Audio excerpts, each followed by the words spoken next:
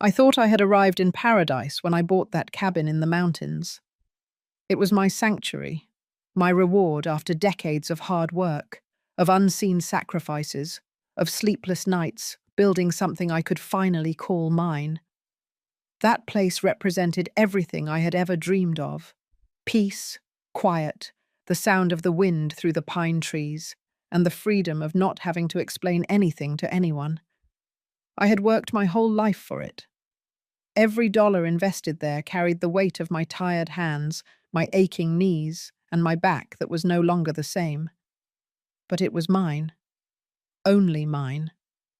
That Friday afternoon, I decided to drive up without giving notice. I needed to escape the city noise, the endless obligations, the phone calls that always seemed to ask for something more. Robert, my son, had been distant these last few weeks. His texts were short, evasive. Sharon, his wife, wouldn't even answer when I tried to reach her. But I didn't want to dwell on it too much. I just wanted to get to my cabin, light the fireplace, make a cup of tea, and look at the mountains until my soul could breathe again.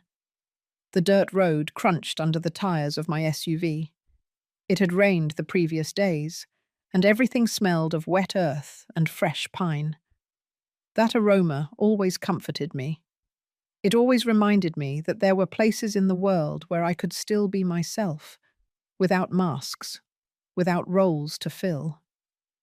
But when I rounded the last curve before reaching the property, something inside me stopped.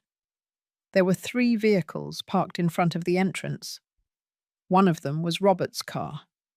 I didn't immediately recognize the other 2, but I knew something was wrong. My heart started beating faster. It wasn't fear, not yet. It was an intuition I had learned not to ignore after so many years of living. I parked a few yards away and stayed seated in the car for a few seconds, trying to understand what was happening. No one had asked me permission to use the cabin. No one had told me they were coming. In fact, the last time I spoke to Robert, he was in the city busy with his job. Oh, that's what he told me. I got out of the car slowly. My legs were shaking a little, not from weakness, but from contained anger. I walked toward the main door, and before I could ring the doorbell, I heard laughter. Loud laughter, celebrating, music. My blood ran cold. I opened the door without knocking. It was my house. I didn't have to ask permission to enter what was mine. The first thing I saw was the living room completely transformed. My furniture was still there, but everything else had changed. The photographs I had hung with so much care, the pictures of my parents, my grandparents, of Robert as a child, all of them had been removed. In their place were new pictures, decorations I didn't recognize, objects that clearly weren't mine. On the dining room table there were open wine bottles, plates of food, dirty glasses. The fireplace was lit. Someone had turned my sanctuary into their own private party. Sharon was the first to see me. She was sitting on my favorite couch, the one I had bought after months of searching for the right one, with a glass of wine in her hand and an expression of complete comfort. When our eyes met, her face changed. What I saw wasn't surprise. It was annoyance, vexation, as if I were an unwanted interruption to her perfect afternoon.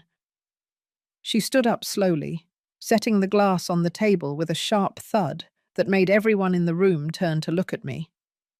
Robert was sitting near the window. His face went pale when he saw me.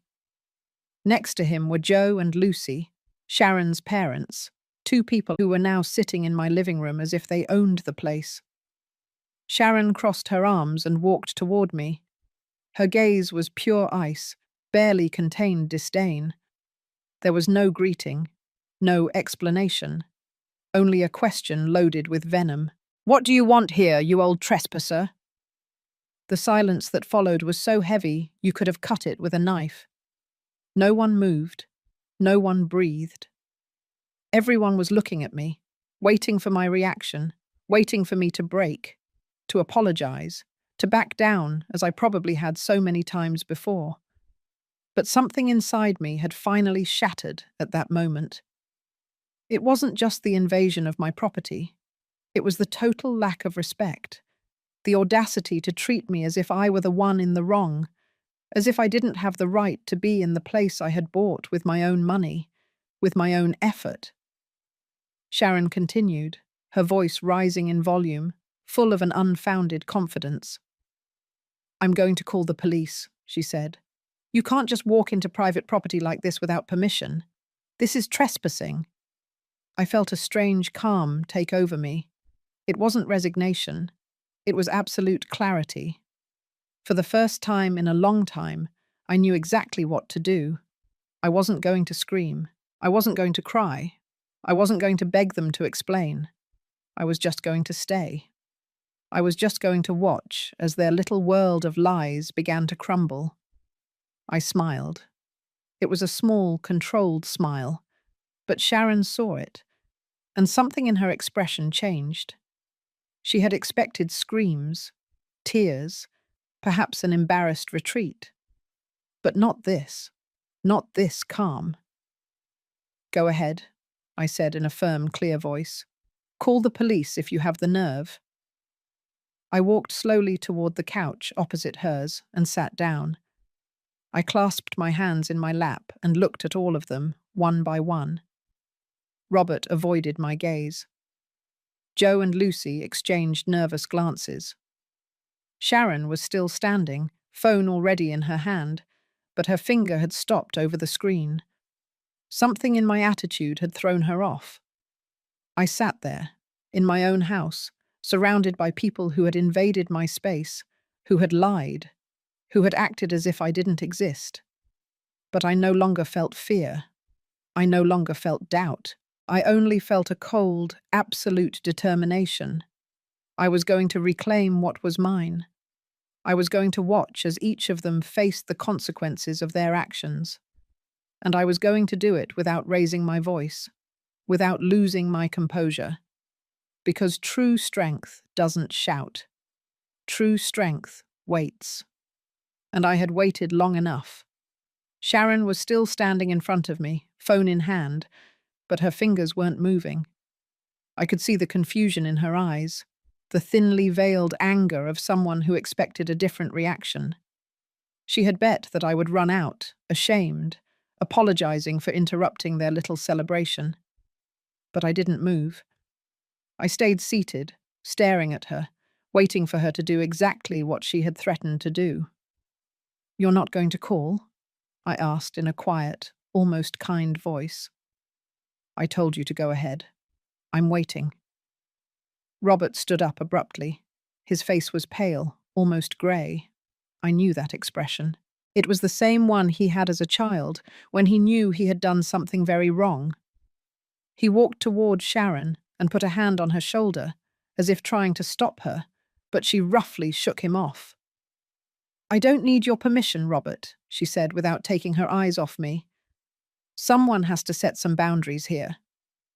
Joe, Sharon's father, cleared his throat from his place on the couch. He was a heavy-set man, with a deep voice, accustomed to being listened to when he spoke. He got up slowly and walked to stand next to his daughter, as if reinforcing her position. "Mrs. Martin," he said with a condescending tone, as if speaking to a child. "I think there's a misunderstanding here. Robert gave us permission to use the cabin this weekend. He told us you were traveling, that you weren't coming, that there would be no problem. In fact, he assured us that you had authorized this." I felt the blood rush to my head, but I kept my composure. So that was the lie. That was the story they had built to justify their invasion. Not only had they occupied my property without my consent, but they had used my name, invented an authorization I never gave, and manipulated the truth to look good in front of others. "Robert told you that?" I asked, looking directly at my son. "You told them I authorized this?" Robert opened his mouth, but no sound came out. His eyes darted from me to Sharon, from Sharon to her parents, looking for some way out, some way to escape this moment. But there was no escape. The truth was there, naked and cruel, waiting to be acknowledged. Lucy, Sharon's mother, spoke from her seat. She was a thin woman, with a sharp voice, and a perpetual expression of superiority that had bothered me since the first day I met her. "We didn't know you weren't aware," she said with false innocence. "Robert invited us. He said it would be a family weekend, that you would arrive tomorrow, and that we should get everything ready for when you came. We even cleaned the house. See? We went grocery shopping. We brought food, all so you would be comfortable."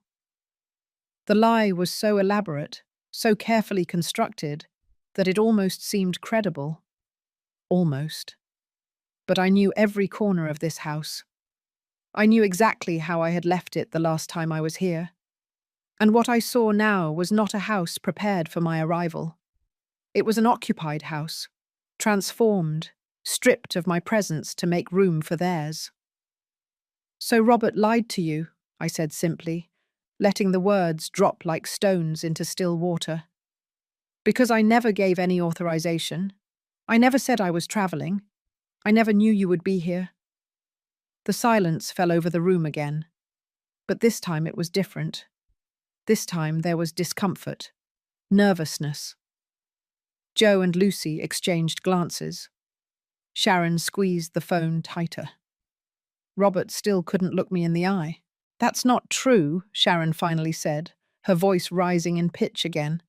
"Robert wouldn't lie about something like that. You must have forgotten. At your age, it's normal for things to get confused, for memory to fail." There it was, the first direct attack, the strategy of making me look like a confused old woman, like someone who couldn't trust her own memories.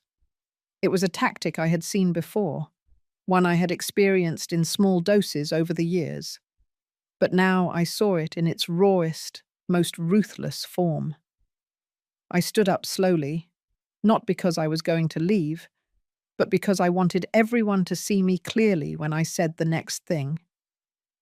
"My memory is perfectly fine, Sharon," I said with a clear voice. "I remember every conversation I've had with Robert in the last few weeks. I remember him telling me he was busy with his job. I remember you stopped answering my calls 2 weeks ago, and I perfectly remember that this property is in my name, that I paid every dollar of the mortgage, that I maintained this place, and that no one, absolutely no one, has the right to be here without my explicit permission."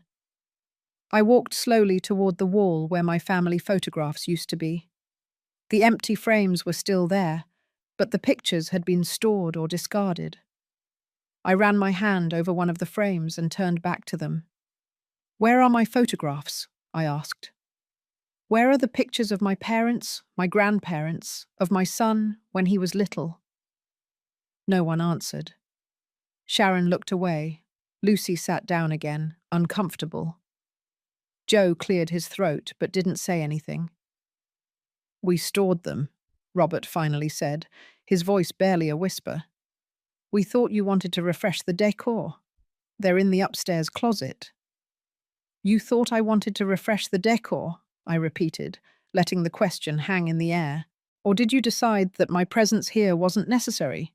That you could erase me from my own house and replace me with what you preferred?" Sharon finally exploded. Her control broke, and all the anger she had been suppressing surged to the surface. "This is ridiculous. Robert is your son. He has a right to use this house. You're always saying that what is yours is his, that you work to leave him something. And now it turns out we can't even come for a weekend."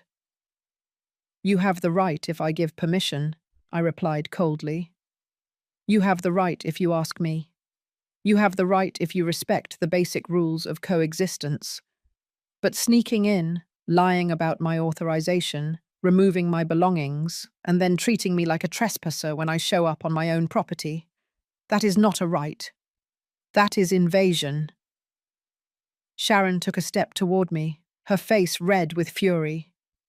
"You know what? You're right. I am going to call the police. I'm going to tell them there's an agitated woman in our house, that she's causing problems, that we need help. I smiled again, that same calm smile that had unnerved her so much before. Go ahead, I said again. Please do it. In fact, I insist. I think it's exactly what we need here. A third party who can see this situation clearly. And this time, Sharon dialed the number. The sound of the phone dialing broke the tense silence of the room. Sharon had the speaker activated, probably so we could all hear, so I would know she was serious. Her hand trembled slightly, but her expression remained defiant. Robert had sat down again, his head in his hands.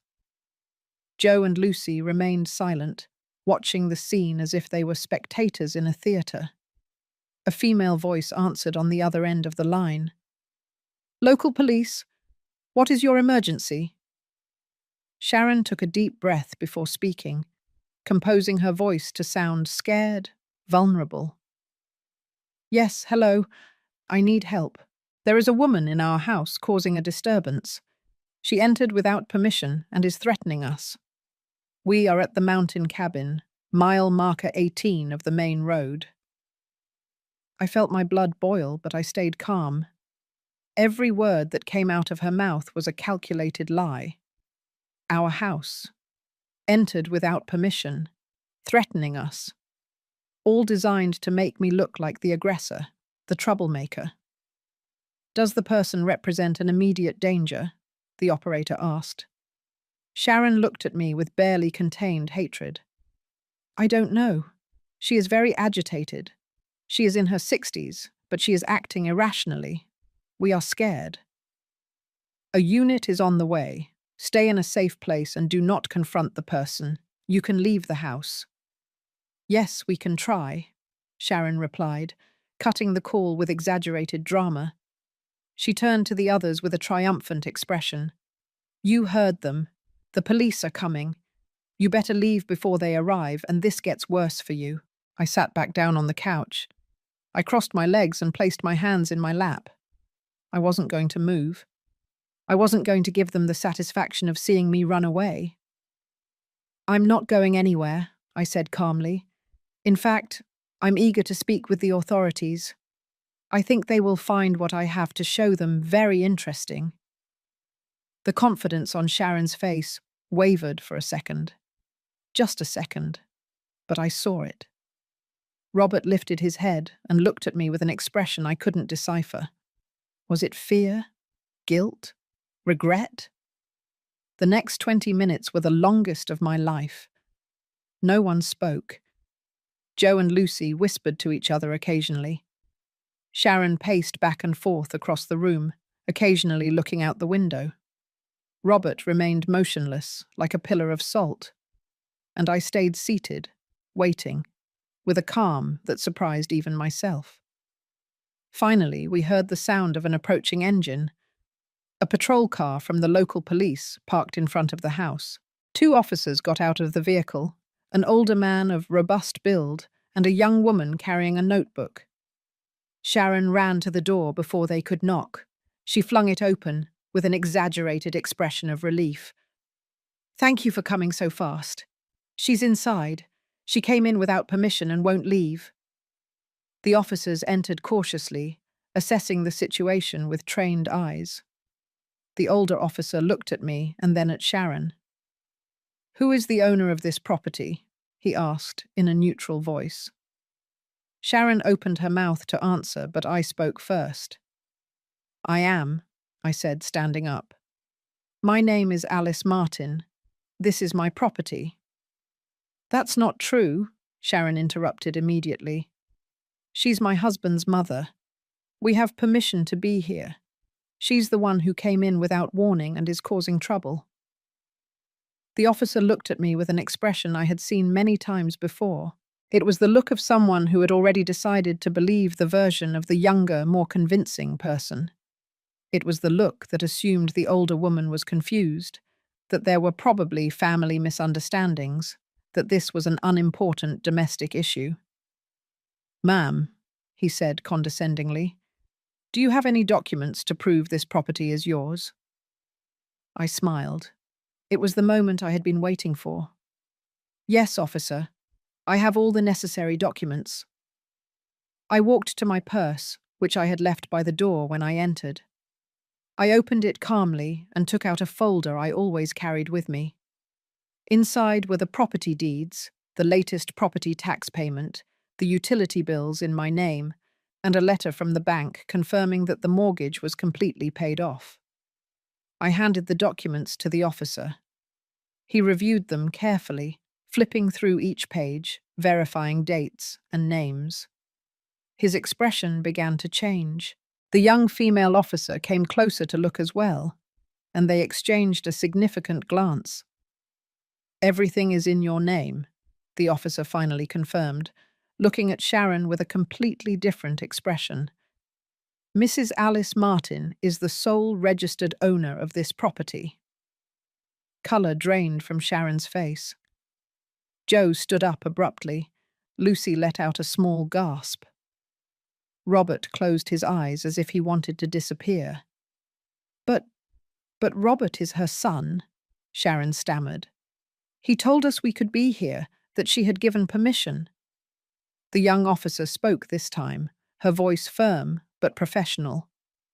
Ma'am, the fact that he is the owner's son does not give him an automatic right to use the property without her consent.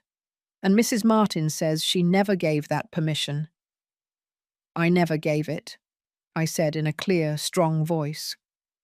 I arrived here expecting to find my house empty, and I found all of them occupying it as if it were theirs. They removed my photographs, brought their things, lied to other relatives saying I had authorized this.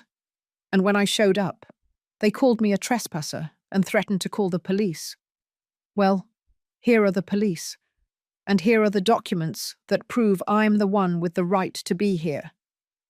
The older officer turned to Sharon with a serious expression. It is clear that Mrs. Martin did not give permission for you to be here. Sharon looked at Robert desperately, seeking help, but he still couldn't speak. Finally, it was Joe who replied. There was a misunderstanding, he said with a tense voice. Robert invited us. We thought everything was in order. It was not a misunderstanding, I intervened. It was a deliberate lie, and now I want all of you off my property immediately. The young officer took notes in her notebook. The older officer looked at me with an expression that was now respectful. Mrs. Martin, you are within your rights to ask them to vacate your property. Do you wish to file a formal complaint? I looked at each of them. At Sharon, with her mixed rage and fear. At Joe and Lucy, trying to look innocent. At Robert, destroyed by shame. And I felt something break inside me. It wasn't sadness. It was liberation. I want them to leave, I said simply. Now. The older officer nodded gravely and turned to Sharon and the others. You must vacate the property immediately. Mrs. Martin has proven to be the sole legal owner and has requested that you leave. If you do not do so voluntarily, we would have to proceed with a forced eviction. Sharon opened her mouth to protest, but the young officer interrupted her firmly. You can gather your personal belongings now, but you must leave the premises within the next 30 minutes. I saw how reality began to settle on their faces. The public humiliation of being exposed in front of the authorities, of having their lie unmasked so brutally. But that was only the beginning. There was something else I needed to do, something I had been putting off for years out of fear, out of misplaced love, out of that horrible habit of sacrificing myself for those who never valued me. Officer, I said calmly, before they go, there's something else I need to clarify in front of witnesses.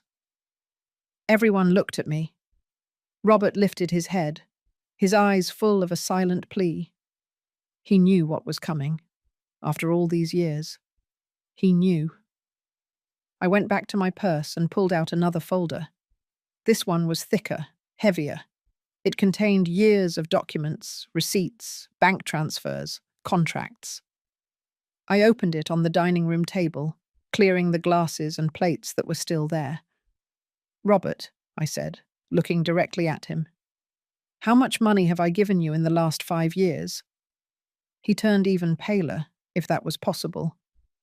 "Mum, please, answer the question." The silence was deafening. Sharon was looking at him, not understanding what was happening. The officers remained attentive, not intervening, but clearly interested. "I don't know exactly," Robert murmured. "I do know," I said, pulling out a document. $42,000. In the last 5 years, I have transferred $42,000 to you. For the down payment on your house, for your car, for your credit card debts, for the wedding party Sharon wanted, for the trip to Europe you took last year. Sharon took a step back, as if I had slapped her. Joe and Lucy exchanged uncomfortable glances. "Furthermore," I continued, pulling out more papers, "I pay for your car insurance.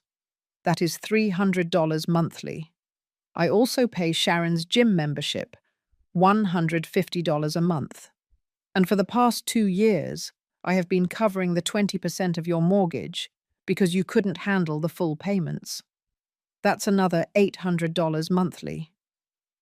I placed each document on the table with surgical precision. Receipts, bank statements, emails where Robert asked me for help again and again. Everything was there, black on white, impossible to deny. "In total," I said, doing the final calculation, "in the last 5 years, I have invested $68,000 in keeping you afloat. And I'm not counting the gifts, the dinners, the clothes, the appliances I bought you when you moved in." My voice was trembling now, not from weakness, but from years of contained frustration finally finding an outlet. "And this is how you repay me. Invading my home, lying about me, removing my photographs as if I no longer existed, as if I didn't matter anymore." Robert had tears in his eyes. He stood up and tried to approach me. "Mum, I didn't know Sharon was going to—" "No," I stopped him with a hand. "Don't blame only Sharon. You allowed this. You lied about my authorization. You brought all these people onto my property without asking me. You removed my photographs. You decided my space didn't matter." I turned to the officers, who were now looking at me with a mixture of respect and pity. "I want you to be witnesses to what I am about to say now." I took out my phone and opened my banking application. My hands weren't shaking. They were steady, sure, determined. "As of this moment, I am cancelling all automatic transfers in the name of Robert Martin. I am cancelling the payment for his car insurance. I am cancelling the monthly contribution to your mortgage. I am cancelling Sharon's gym payment." I pressed button after button, confirming each cancellation. Sharon watched the scene with growing horror. Joe had stood up, trying to comprehend the magnitude of what he was witnessing. "Mum, wait," Robert pleaded. "We can talk about this. We can fix it." "There's nothing to fix," I replied without looking up from the phone. "For years I have fixed your problems. I have paid your debts. I have covered your mistakes. And I did it because I loved you. Because you were my son. Because I thought it was my duty to support you. But I confused support with enabling. I confused love with being used." I finished the cancellations and put the phone away. Then I took another document from the folder. "The car you drive, Robert, is in my name because I put down the deposit, and I am the co-signer on the loan. If you stop paying, they come after me. So I am also going to speak with the bank this very week to remove my name from that contract. If you cannot assume the full payment, you will have to return it." "You can't do that," Sharon finally screamed. "That's our car. We need it for work." "You should have thought about that before," I said coldly. "Before you invaded my house. Before you disrespected me. before you assumed I would always be there to bail you out, regardless of how you treated me. Lucy spoke for the first time in several minutes, her sharp voice full of indignation. This is cruelty. They are your family. How can you be so hard on your own son? I turned to her with a calm that surprised even myself. Hard? You want to know what's hard, Lucy? Working 60 hours a week for 30 years to give my son a better life. Sacrificing my own dreams to pay for his studies. Going without vacations because every extra dollar went to him. And then discovering that they see me as a bank, as a resource to be exploited, not as a human being who deserves respect and consideration. My voice rose for the first time, charged with years of accumulated pain. You arrived here 3 months ago when Robert and Sharon invited you to live with them because they couldn't afford your rent. And do you know who is subsidizing that generosity? I am. With the $800 monthly I put toward the mortgage, I am paying for you to have a roof over your heads while you treat me like a trespasser in my own property.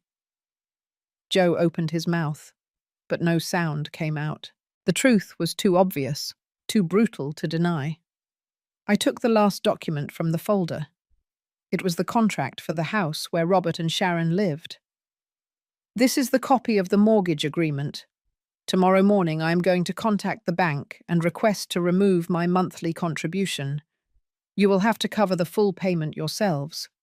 If you can't, the bank will begin foreclosure proceedings in 90 days. The silence that followed my words was absolute. Even the officers seemed uncomfortable with the tension filling the room.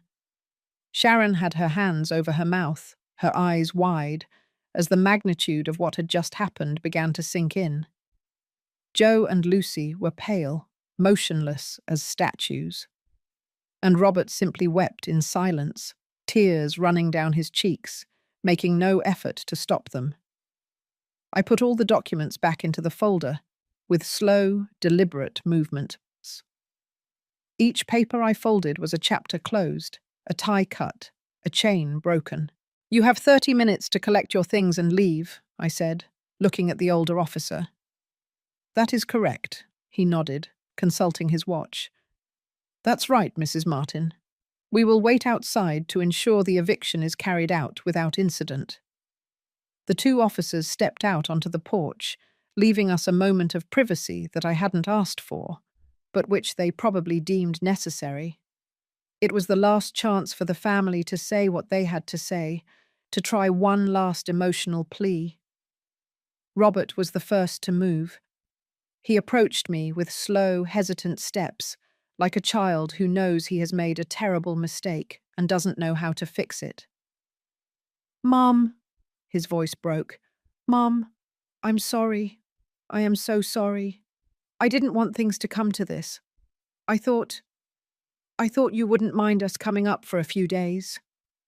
A few days, I repeated without emotion. And the photographs? And the lie that I had given permission? And treating me like a trespasser when I showed up? That was Sharon, he said quickly. She was nervous. She didn't think. No, I interrupted him firmly. Don't blame only her. You were here. You saw how she treated me. You didn't say anything. You didn't defend me. You allowed your wife to call me an old trespasser in my own house, and you sat there without saying a word. He lowered his head, unable to deny the truth of my words. Sharon finally found her voice, but now it sounded different. There was no longer arrogance, no contempt. There was pure panic. Alice, please. You can't leave us like this. How are we going to pay the mortgage? How are we going to keep the car? Robert has to go to work. I have my job. Without the car, we can't. You should have thought about that before, I said with a calm that surprised even me. Before you played with fire. Before you assumed I would always be there to clean up your messes, regardless of how you treated me. Joe attempted a different approach, his voice now soft, almost pleading. Mrs. Martin, I understand you're upset. You have every right, but think about this with a cool head. They are your family. It's Christmas in a few weeks. Do you really want them to spend the holidays on the street? They won't be on the street, I replied. They will be in the house I've been helping to pay for. The house where you live for free thanks to my money. Only now they'll have to pay the full amount of the mortgage. They will have to adjust, make sacrifices, tighten their belts, just like I did for decades. Lucy approached with tears in her eyes, adopting the victim role that had probably worked for her all her life. We are elderly. We are 67 years old. We can't go back to working full time. We depend on Robert and Sharon. If they lose the house, we have nowhere to go. I felt a pang of something in my chest. It wasn't guilt. It wasn't exactly pity. It was the recognition that these people were genuinely scared. But that fear was a consequence of their own decisions, of years of living beyond their means, of assuming someone would always be there to rescue them.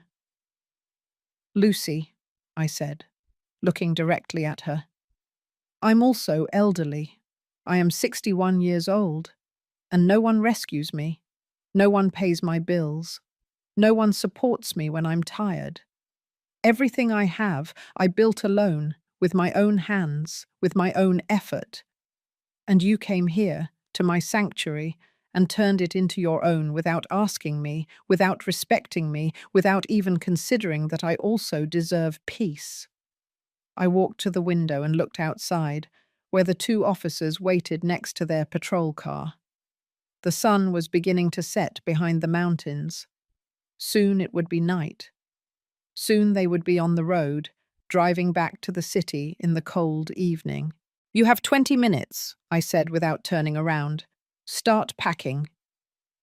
For the next few minutes, I heard the chaos of people hurriedly gathering their things, suitcases being zipped, objects being stuffed into bags, quick footsteps going up and down the stairs. No one spoke. Only the sound of urgency, of contained panic, of a world crumbling. Sharon walked past me carrying a large bag. She stopped for a second, as if to say something, but finally just kept walking. Joe and Lucy came down with their belongings, avoiding my gaze.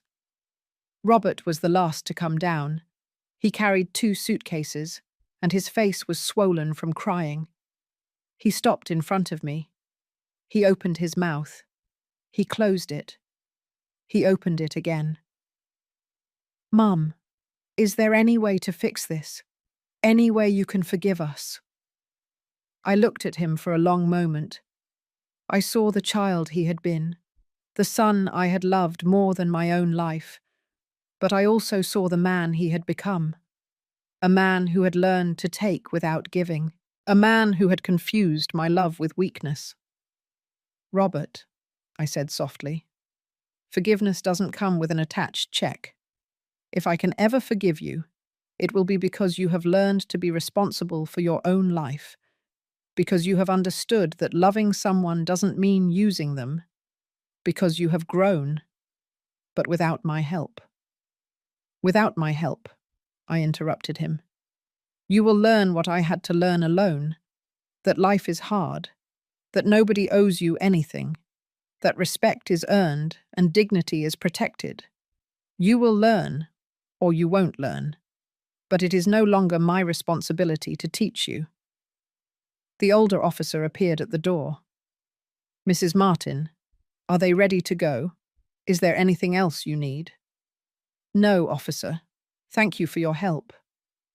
One by one, they left. Joe and Lucy first, carrying their suitcases toward one of the cars. Sharon followed, head down, defeated. And finally Robert, walking slowly as if his feet weighed tons. Before getting into the car, he turned back one last time toward the house. Our gazes met through the window. I raised my hand in a gesture that was neither a wave nor a goodbye. It was simply acknowledgement that this was happening, that there was no turning back. The engines started. The taillights came on. And slowly the 3 vehicles began to drive away along the dirt road, kicking up dust in the growing darkness. The officers approached one last time. "Are you going to be okay, Mom?" the young officer asked with genuine concern. I smiled, and for the first time in a long time, it was a real smile. "Yes," I said. "I'll be fine." After the officers left, I stood on the porch for a long time, watching the last lights of the vehicles disappear in the distance. The silence of the mountain enveloped me like a warm blanket. It wasn't an empty silence. It was a silence filled with peace, liberation, and possibilities. For the first time in years, I could hear my own thoughts, without the constant noise of others' demands. I went inside the house and locked the door. My hands trembled slightly, not from fear, but from the rush of adrenaline finally beginning to leave my body. I had done something I had been putting off for years. I had said no. I had set boundaries. I had chosen my own dignity over maintaining a false family peace. I walked through the living room, picking up the dirty glasses, the abandoned plates, cleaning up the remnants of the invasion. As I worked, my mind began to wander to the past, to the moments that had led me here, to this breaking point. And I understood that this hadn't started today. It had started many years ago, with small decisions that accumulated until they became a pattern of life. I remembered when Robert was 23 years old and lost his first job. He came to me crying, saying he couldn't pay his rent, that he was going to be evicted. I had just received my first raise in years, a raise I had planned to use to finally take that trip to Europe I had always dreamed of. But I looked into his eyes, saw his desperation, and I gave him the money. $2,000 that meant my vacation, my rest, my moment of reprieve. "It's only this time, Mum," he had promised me. "I'll pay you back in 2 months when I get another job." He never gave me that money back, and I never asked for it. 6 months later came another crisis, a credit card debt that had grown out of control, $5,000. I had just finished paying off the mortgage on my small apartment in the city. For the first time in my life, I didn't have that financial pressure. I could breathe, I could save, I could live without the constant weight of debt. But Robert arrived at my door with bank papers, with threats of lawsuits, with that scared child's face that always melted my defenses. "Mum, I don't know how it happened. I spent without realizing. If I don't pay, they'll ruin my credit history. I won't be able to get anything in the future." And I paid. $5,000 of my savings, of the money I had set aside for my retirement, for my future security. "This is the last time," I told him firmly. "You have to learn to manage your money." He nodded seriously. He promised he would change, that he would learn. But a year later, he was back, with another crisis, with another urgent need. I sat on the couch, hugging a cushion to my chest, and the tears finally came. They weren't tears of sadness. They were tears of liberation, of years of contained frustration at finally finding an outlet. I cried for all the dreams I had postponed, for all the trips I never took, for all the times I denied myself something small to be able to give something big to someone else. I cried for the woman I had been, the one who always said yes, the one who confused love with infinite sacrifice. And I also cried with relief because that woman had finally found her voice, her limit, her dignity. I remembered when Robert met Sharon. From the first moment, I knew there was something about her that unsettled me. It wasn't just her distant attitude or her way of talking as if the world owed her something. It was the way she looked at things, calculating values, measuring possibilities. When they got engaged, Sharon had insisted on a big, elegant, expensive wedding. "It's the most important day of my life," she had said with those bright eyes. "I'm only getting married once." The wedding cost $23,000. Robert and Sharon put in $5,000.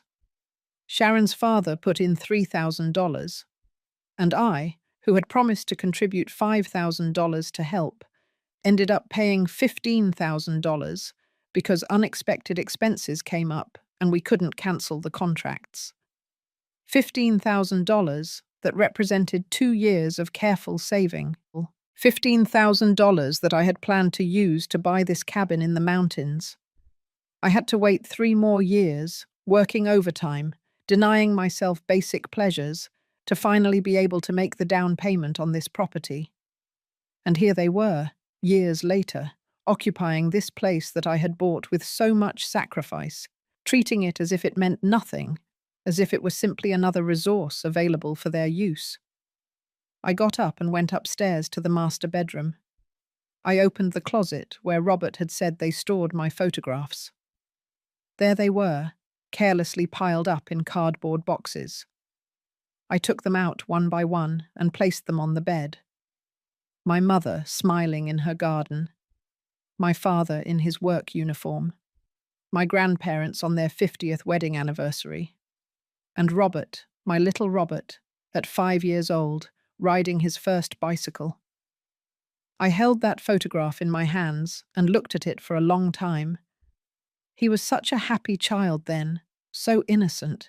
At what point had he lost that sparkle in his eyes? At what point had he learned that he could take without giving?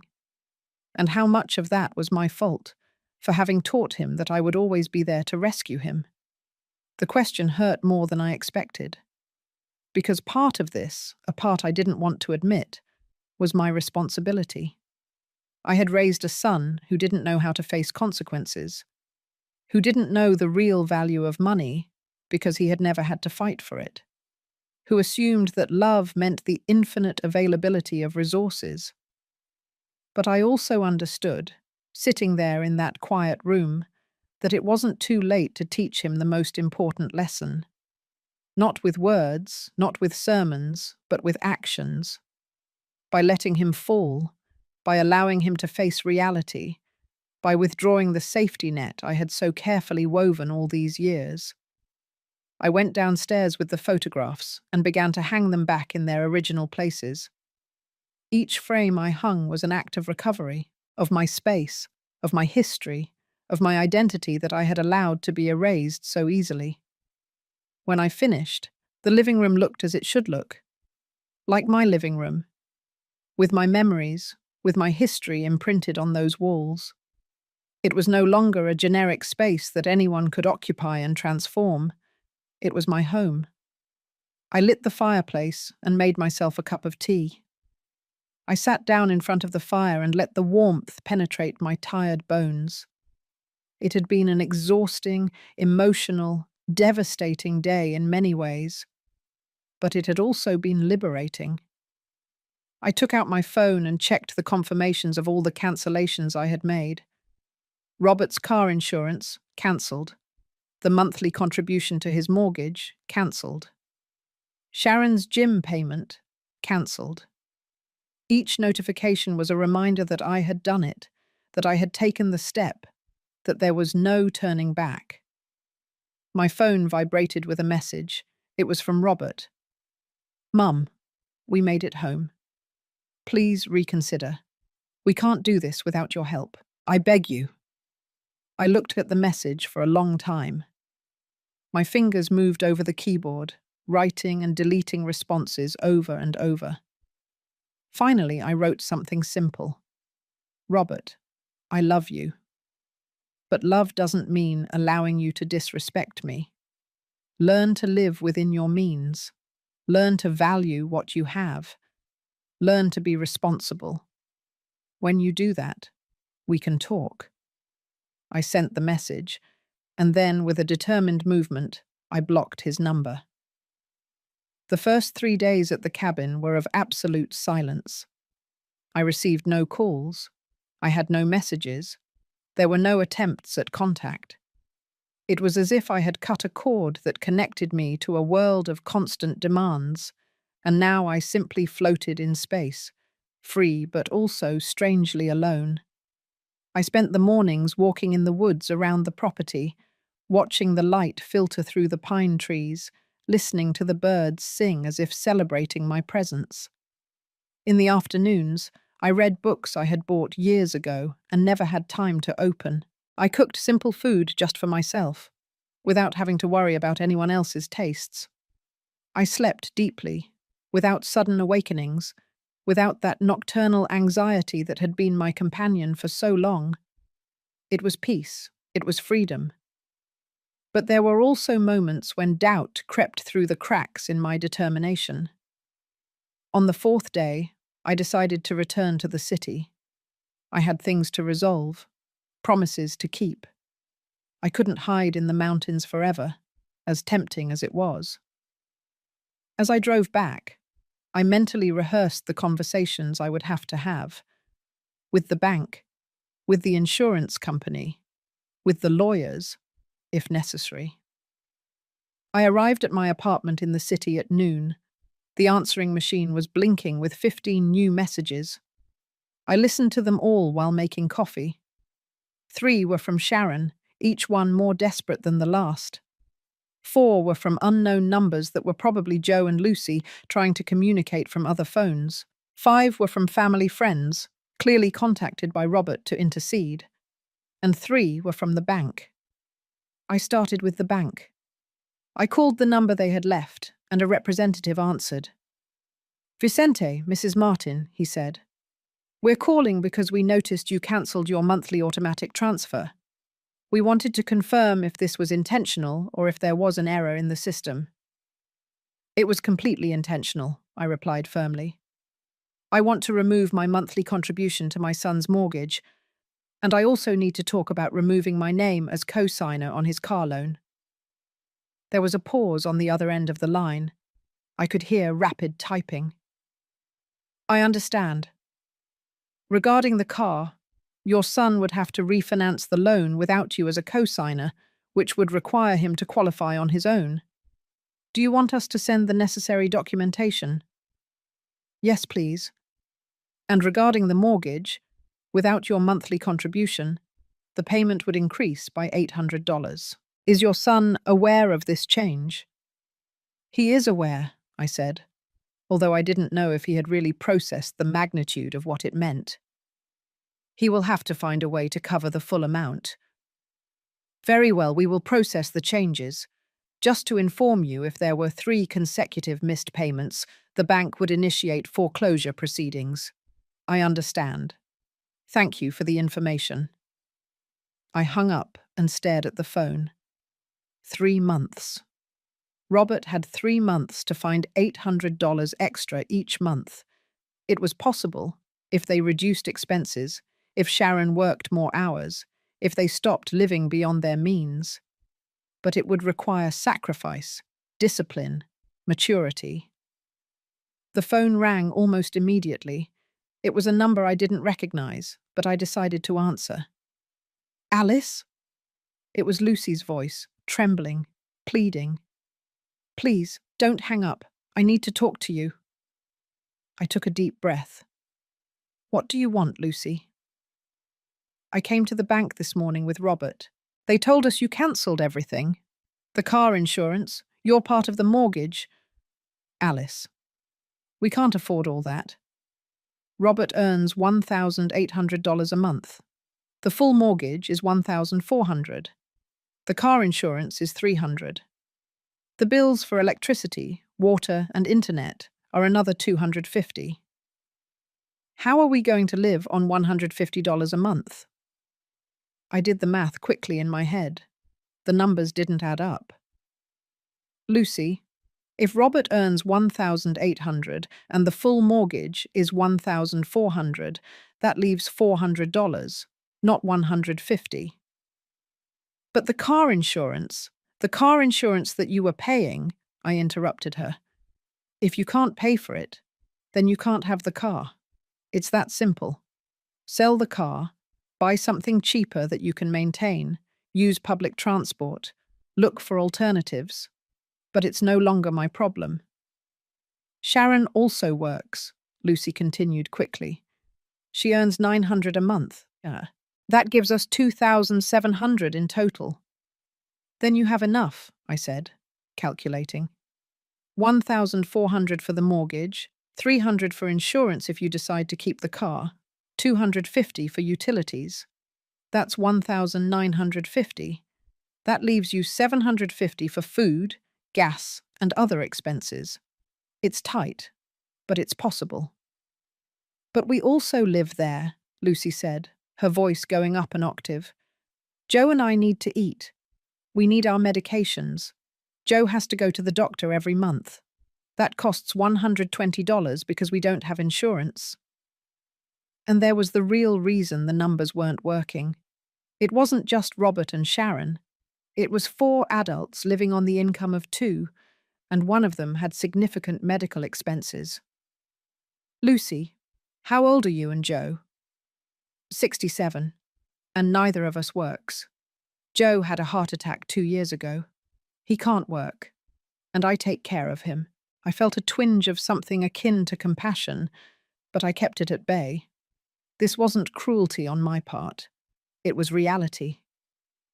Lucy, understand something. I am also close to 70. I also have medical expenses. I also get tired. The difference is that I worked my whole life to secure my future. I saved, I invested, I prepared. And now that I could finally rest, I discovered I was supporting 6 people besides myself. But we're family. Being family doesn't mean I have to sacrifice my financial security for yours, I said firmly, especially after how you treated me. You invaded my property, you disrespected me, you called me a trespasser, and now you want me to keep paying your bills. There was silence on the other side. Then I heard sobbing. I don't know what we're going to do, Lucy cried. We have nowhere to go. We don't have any savings. If Robert loses the house, we'll be on the street. Then Robert needs to find a second job, I said without emotion. Sharon, too. You need to apply for government medical assistance for Joe. You need to look for cheaper apartments, places you can afford with your real income. You need to live within your means, like millions of people do every day. But there are no buts, Lucy. I made my decision. You now have to make yours. I sincerely wish you the best. But I am no longer your solution. I hung up before she could respond. My hands were trembling. Not from doubt, but from the intensity of maintaining my position against years of conditioning that screamed at me to give in, to help, to sacrifice myself one more time. 2 hours later, I received a text message from an unknown number. It was from Sharon. The insurance company called. They cancelled the car policy. Now we can't drive it legally. Robert can't go to work. You're going to be responsible when he loses his job because of you, I replied briefly. You can take the bus. You can look for alternatives. I am no longer responsible for the consequences of your decisions. The next day, I personally went to the bank where they had the car loan. I filled out all the necessary forms to remove my name as co-signer. The representative explained that Robert would have 30 days to refinance or return the vehicle. Are you sure about this?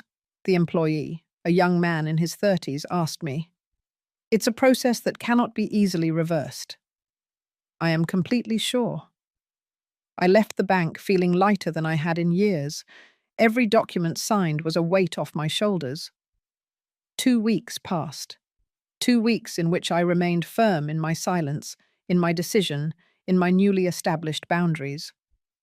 I had returned to the cabin after resolving all the matters in the city. I needed that sanctuary more than ever.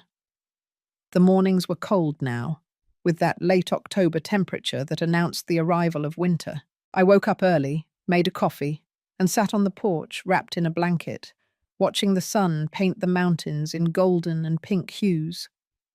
I had managed not to check my phone obsessively. I kept it on silent most of the day, checking it only at night. Messages kept coming, but less frequently.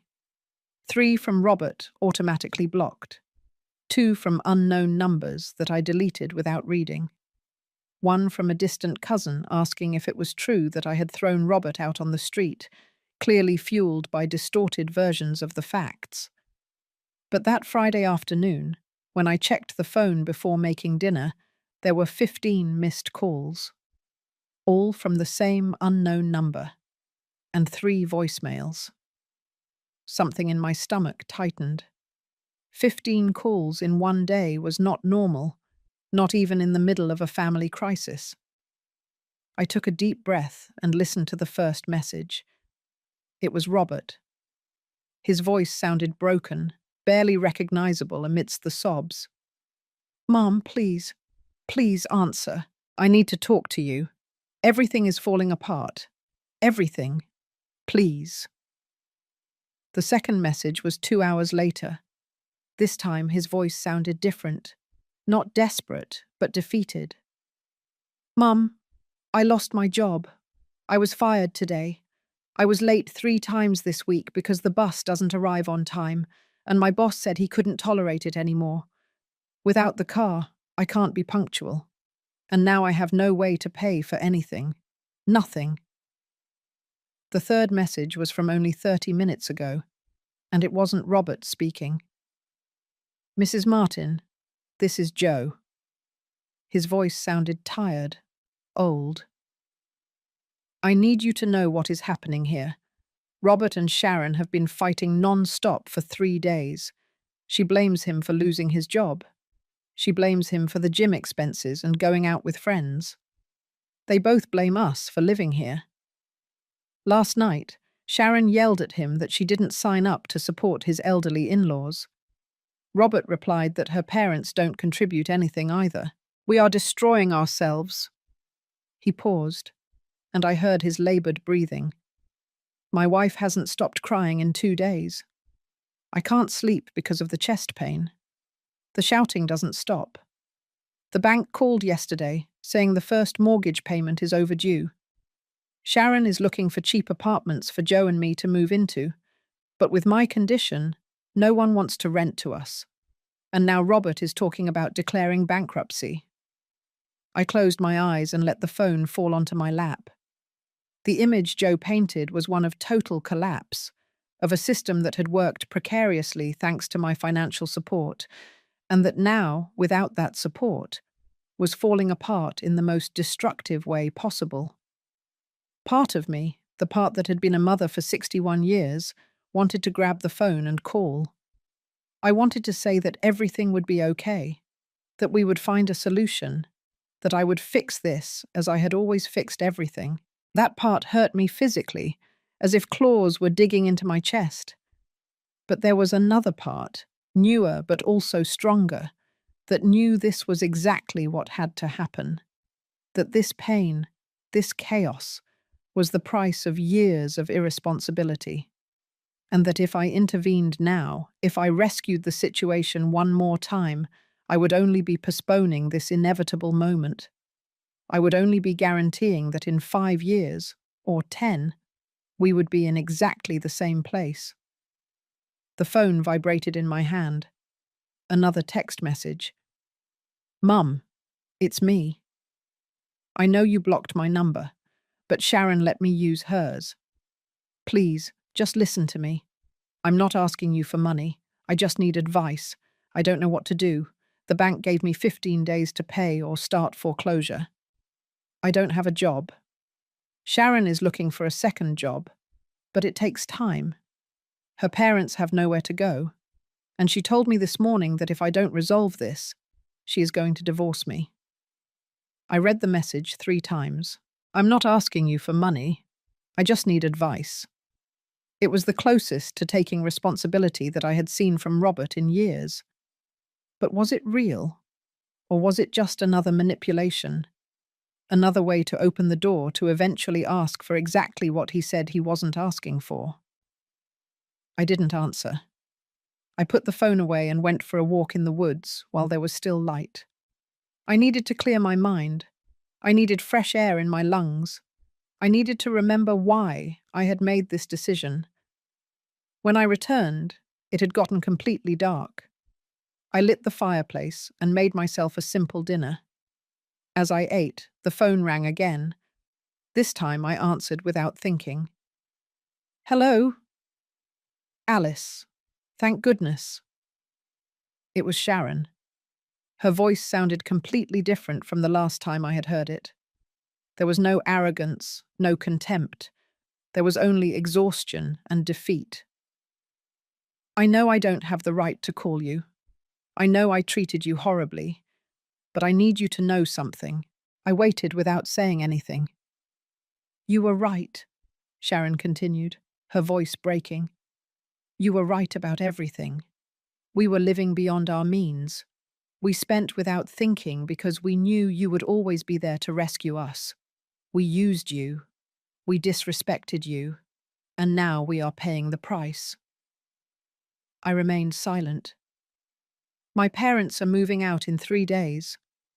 We found a room in a shared house that agreed to rent to them despite my dad's condition. It costs $400 a month, and it's horrible, small, in a bad neighborhood, but it's what we can afford. I got a second job cleaning houses at night. Robert is looking for anything, whatever. And we submitted the application for government medical assistance for my dad. She paused, and I heard her breathe deeply. I'm not calling to ask you for money, she finally said. I'm calling because I need you to know that I understand. I understand why you did it. And even though it hurts, even though I'm terrified, I know it's what we needed. A reality check. And Robert? I finally asked, my voice sounding strange after the long silence. He understands too. Sharon let out a bitter laugh. Robert is devastated. He won't stop crying. He says he failed you, that he failed as a son, as a husband, as a man. I think this is the first time in his life that he is really facing the consequences of his actions without having a safety net. Are you going to lose the house? I asked, though I already knew the answer. Probably, unless Robert finds a job in the next few days and we can pay something to the bank to negotiate a payment plan. But even if we manage it, we are going to have to sell the car, cut expenses, live completely differently. There was a long silence. Sharon was breathing on the other end of the line, waiting for me to say something, to offer something. Sharon, I finally said, do you know how much I've worked in my life? No. Since I was 16, 45 years working, 45 years getting up before dawn, coming home after dark, 45 years postponing my dreams to build security. And in the last 5 years, I have given $68,000 to support you. $68,000 that represent years of sacrifice. I know, she whispered. And still you treated me like a trespasser in my own house, as if I didn't matter. I'm sorry. God, I am so sorry. Sorry is not enough, Sharon, I said with a firm but not cruel voice. Sorry is just words. What I need to see are actions, real changes, true responsibility. And that takes time. A lot of time. There was a heavy silence on the other end of the line. I could hear Sharon's ragged breathing, the sound of someone trying not to completely fall apart. I understand, she finally said. I don't expect your forgiveness. I don't expect your help. I just wanted you to know that for the first time in my life, I am understanding what it means to really struggle, what it means to have no one to turn to. And it's terrifying, but it's also necessary. She hung up before I could reply. I kept holding the phone, looking at the screen that now showed the call duration. 8 minutes and 40 seconds. 8 minutes that had spoken more truth than years of previous conversations. I didn't feel triumph. I didn't feel satisfaction at seeing them suffer. I felt something more complex, more nuanced. It was relief mixed with sadness. It was strength mixed with pain. It was the certainty of having done the right thing, even though it hurt deeply. The following days passed in a strange stillness. I kept receiving sporadic updates, unrequested but not rejected. Joe and Lucy moved into the shared room. Robert got a temporary job in a warehouse, working night shifts for $11 an hour. Sharon continued cleaning houses in addition to her regular job. Between the two of them, they earned enough for food, for basic utilities, but not for the mortgage. The bank initiated foreclosure proceedings. They had 60 days to vacate the property. Sharon found a small one-bedroom apartment in a modest neighborhood. It cost $600 a month. It was all they could afford. They sold most of their furniture to gather the deposit. 3 weeks after that last conversation with Sharon, I received an unexpected call. It was from a number I didn't recognize, but this time I decided to answer. "Mrs. Martin?" It was a male voice, formal, professional. "Yes, this is she. My name is Marcus Flores. I am a financial counselor.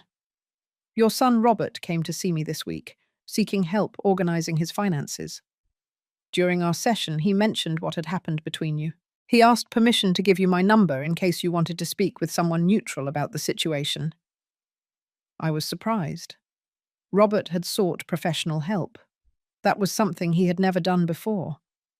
"And why are you calling me?" "Because part of my job is to help families rebuild not only their finances, but also their relationships," he explained. "And because Robert authorized me to share something with you that I think you should know."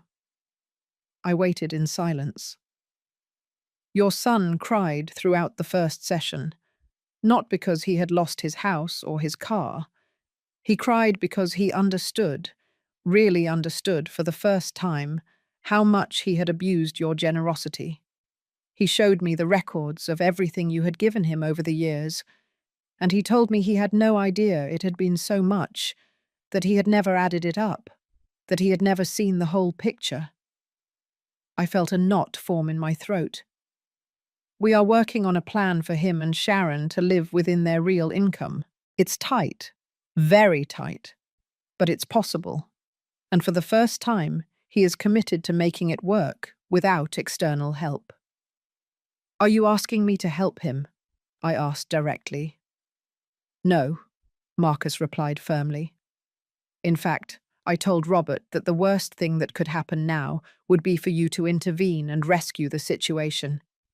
I told him that this moment, as painful as it is his opportunity to grow, to learn, to become the man he needs to be." "So why are you calling me?"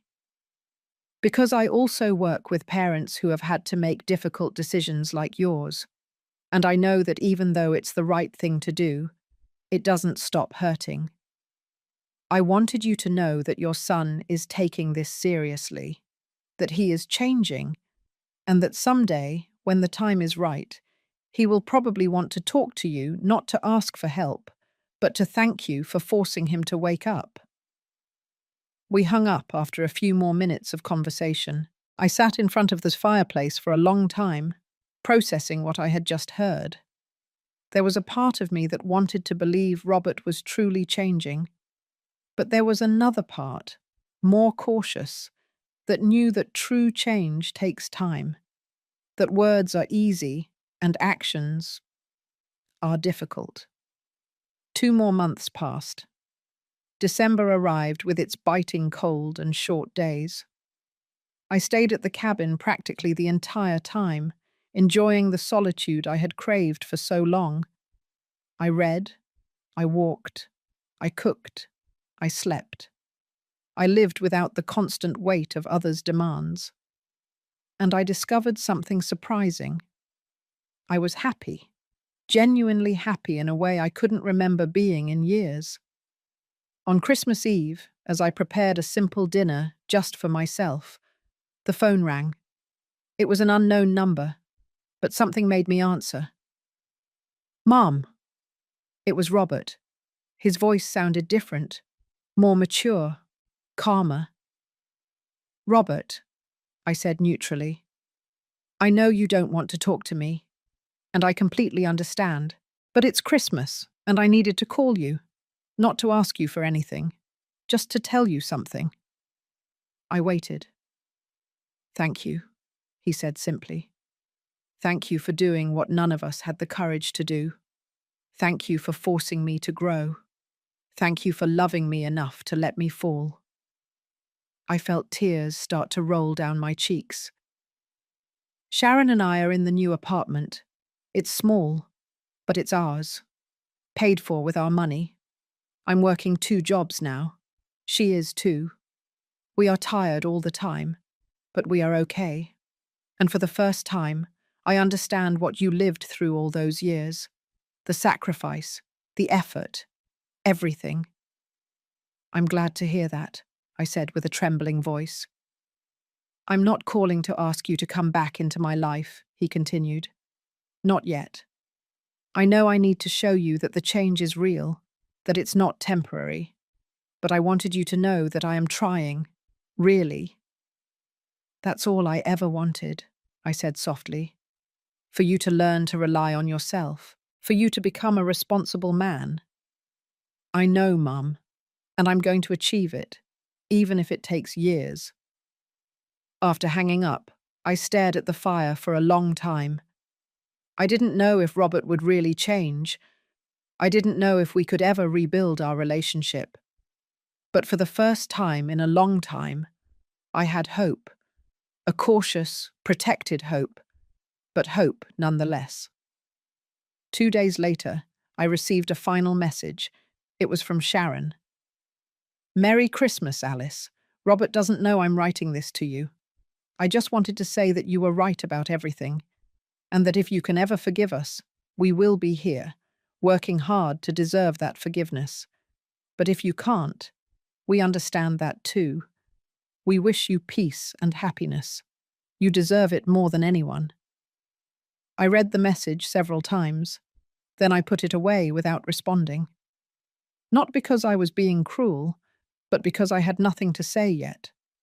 Forgiveness, if it came, would come with time, with sustained actions, not with pretty words. I got up and walked to the window. Snow had begun to fall softly, covering the forest with a white, silent mantle. It was beautiful. It was peace. It was the world I had built for myself after decades of building worlds for others. I took out my phone and opened the settings. I checked the list of blocked numbers. Robert's was still there. My finger hovered over the option to unblock him, but I didn't do it. Not yet. Because true strength wasn't in unblocking the number. It wasn't in building bridges before they had proven themselves trustworthy again. True strength was in maintaining my boundaries, in protecting my peace, in not confusing love with enabling, in not sacrificing my dignity for the temporary comfort of pretending everything was okay when it wasn't. I put the phone away and returned to my chair by the fire. I picked up the book I had been reading and opened it to the marked page. Outside, the snow kept falling. Inside, the fire crackled with warmth and light. And I, Alice Martin, 61 years old, was finally at peace. I had learned the most important lesson of all, that loving someone doesn't mean destroying yourself in the process, that being a mother doesn't mean being a martyr, that saying no, setting boundaries, protecting your space and your dignity is not selfishness. It is survival. It is self-respect. It is true love, the kind of love that teaches instead of enables, that strengthens instead of weakens. And if Robert ever came to my door, not with words, but with years of sustained change behind him, maybe we could talk. Maybe we could rebuild. But it would be on my terms, with my limits clearly established, with my dignity intact. Because this time, for the first time in my life, I was the priority. And that wasn't selfishness. That was justice. That was liberation. That was finally freedom.